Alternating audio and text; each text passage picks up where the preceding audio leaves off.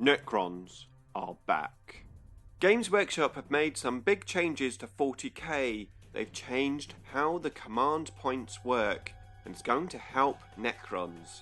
It's coming right up. Necrons! Nick speaking, and welcome to this video. Right, Games Workshop have changed things up once again in this season's chapter approved. We've got new rules, and I can say this time I'm really happy with the changes. I think it's going to help Necrons. We're going to take a look at the community post and what the changes are. Plus, this is actually the first in a new mini series based around these changes, which will hopefully help you with your Necrons. Of course, I don't know what level you play at. You could be a total beginner, you've played for a little while, or you could be really experienced just checking this video to see what I have to say. I'm going to aim the video, well, to everyone, as I always try to do, so hopefully that comes across. Let me know in the comments box below if it does, and also what level of play you're at. Right, let's go and have a look at this community post. Okay, so Warzone Nephilim, the next chapter approved, is out. It doesn't seem that long since we had the Nuckman one. That's been and gone. We've got this new Nephilim. And, well, I haven't played all of the missions in the previous one, but we don't care because this looks like it's going to be a lot better. I'm really looking forward to this because I do think it's going to help Necrons. So let's have a look at some of these changes for chapter approved.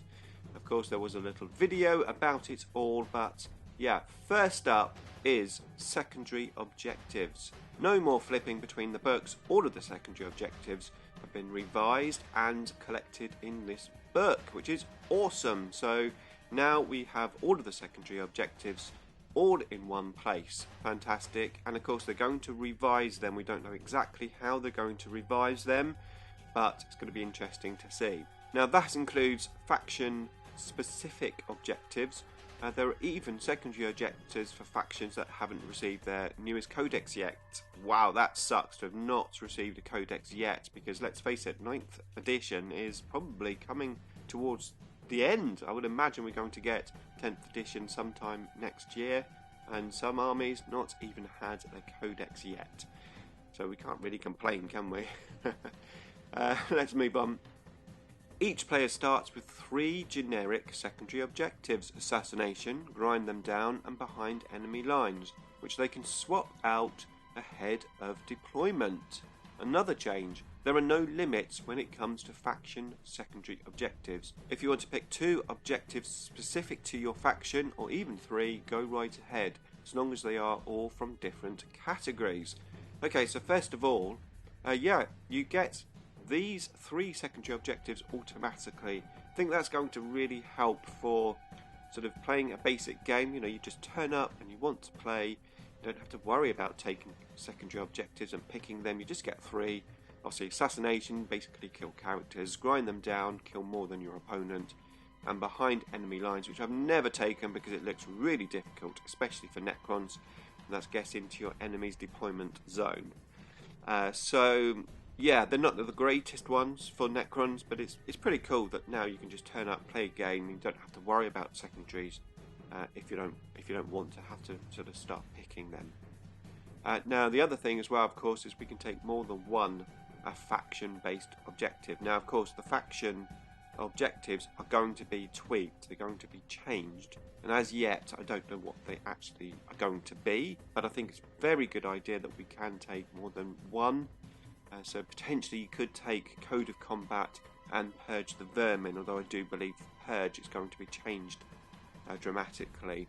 However, I think it's a good idea that we can take more than one, and of course that they're going to be all in this book, and that we get basic ones there ready to go for when you play pickup games and you don't want to worry about secondary objectives. So all in all, good. Right, now of course the big thing.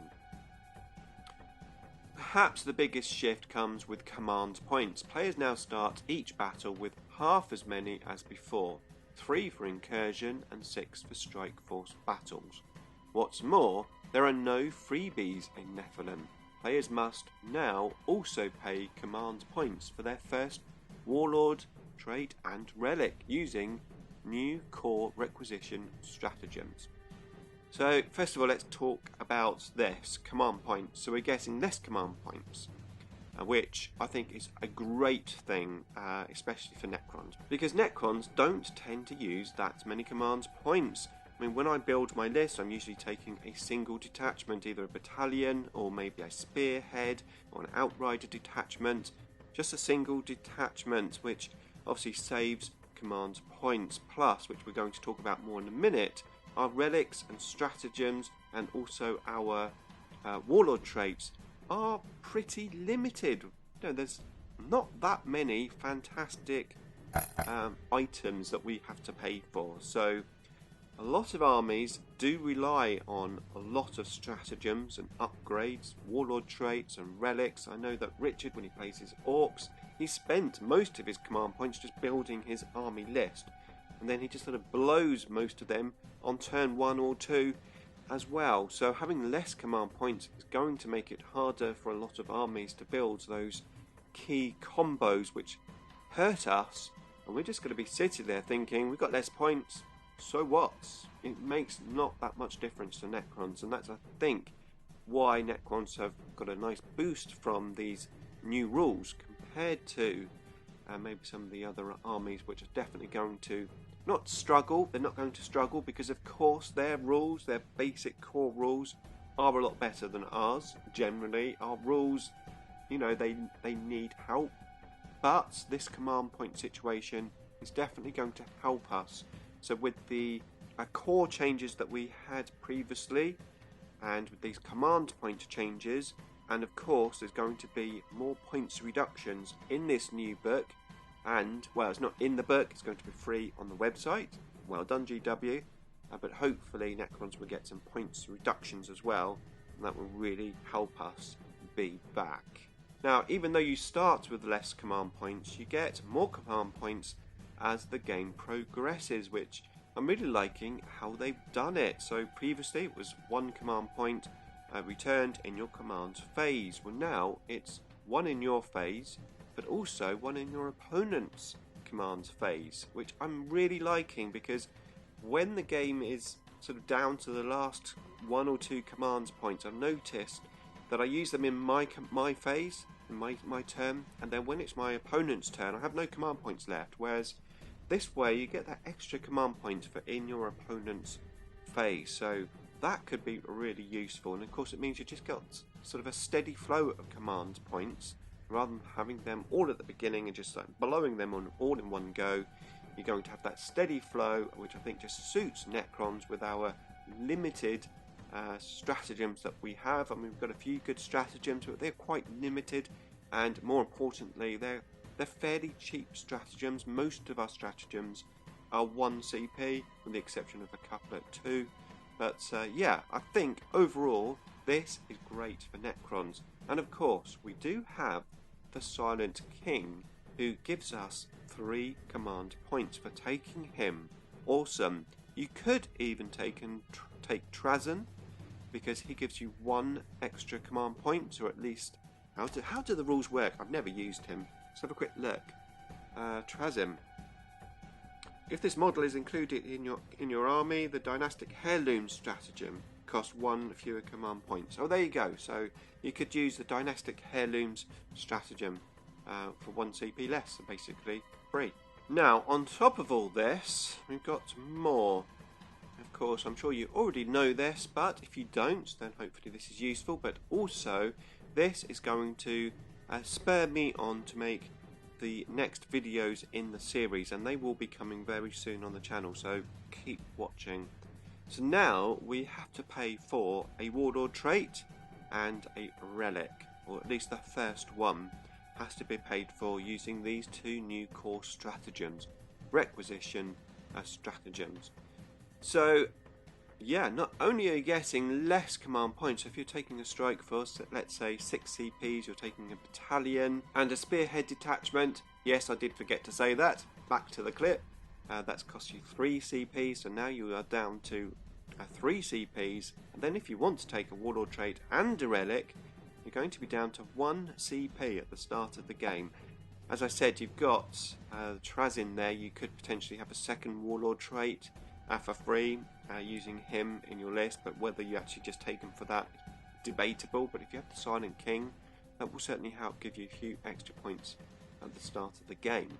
The question is it worth paying these CPs for the Warlord trait and Relic? Well, that's what we are going to look at in the next videos. I'm going to have a video dedicated to looking at the Warlord traits and just taking a look how good they are, whether they're worth it, and also, of course, the relics. So yeah, as I said, keep watching for those.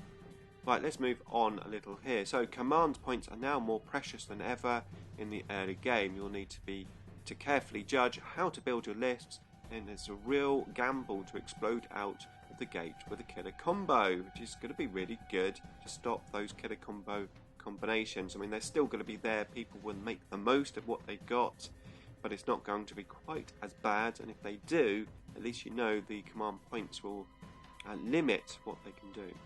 Fortunately, there are also 2 new changes to the CP bonus, where I've talked about that as well, so let's not talk about that. On top of all this, the book features 9 missions for Incursion and Strike Force games, tweaked and revised where necessary. So we've got the missions in there. It doesn't say new missions, it's going to be the same missions that were in the previous book, and only some of them have been revised, so it's not all of them. So that's interesting. Will be good to see what those changes are. I don't think it's going to be too drastic, to be honest with you. It also includes the Warhammer 40k core rules. Excellent, something which everyone complained about, including myself, in the last edition, the Nuckman one. They took the core rules out of the book, which it wasn't in there the previous one, which was just, why do that? Because it means you have to take more books around, and we hate carrying books. So, as it says here, paired with your faction codex, you'll have everything you need to play your way through a tournament. Awesome! Necron Codex, this chapter approved, together, that's it, all in one place. Apart from, obviously, you might want to print out or have it on your phone the points to make your army lists, unless you're using Battle Scribe. Yeah, so awesome. I think, all in all, this is a fantastic move from Games Workshop. Long-time competitive players will notice that the Minotaur Field Manual is absent. Fear not, the points are free. Awesome, yes, we know that, fantastic. However, you can now take a super heavy auxiliary detachment at no CP cost. That is a good move, if it matches your Warlord's faction, which is probably going to anyway. Great news for Knight players, indeed.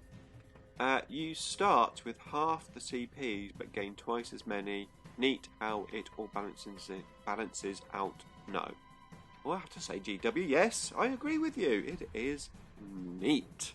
So, all in all, I think fantastic changes, but what do you think? Let me know in the comments box below. And as I said, I'm going to make videos regarding the Warlord traits and the relics very, very soon. If those videos are up, you can see the playlist, yeah, just there. If not, then why not check out that playlist there on the top units for Necrons. Check it out if you haven't seen it yet.